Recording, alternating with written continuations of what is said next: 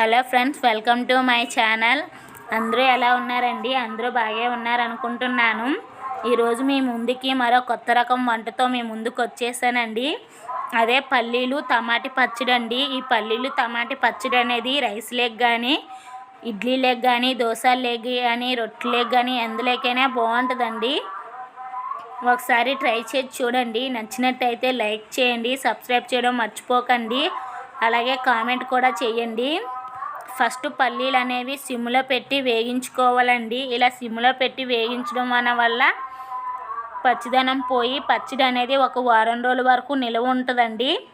పల్లీలు వేగించుకున్న తర్వాత పక్కన పెట్టిన తర్వాత ఎండుమిరపకాయలు కానీ, పచ్చిమిరపకాయలు కానీ రెండు వేయించుకోవచ్చండి. లేకపోతే ఏదైనా ఒకటైనా వేగించుకోవచ్చు. నేను రెండు వేసి వేయించుకున్నాను. అవి తీసి పక్కన పెట్టిన తర్వాత టమాటీలను చిన్న చిన్న ముక్కలుగా కట్ చేసుకొని వేసుకున్నాను. అందులోకి పోపు దినుసులు, కరివేపాకు, కొంచెం చింతపండు, 4 వెల్లుల్లి రెబ్బలు, కొంచెం ఉప్పు వేసానండి. ఈ ఉప్పు వేయడం వల్ల అనేది టమాటీ అనేది బేగా మగ్గుతుందండి. ఇలా టమాటీ వేసి ఉప్పు వేసి ఇలా మగ్గించడం వల్ల అనేది టమాటీ బేగా మగ్గుతుంది.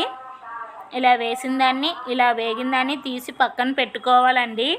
ఇప్పుడు పల్లీలకి తొక్క తీసుకున్నా పర్వాలేదు, తీసుకోకపోయినా పర్వాలేదండి. నేను కొంచెం తీసుకున్నాను.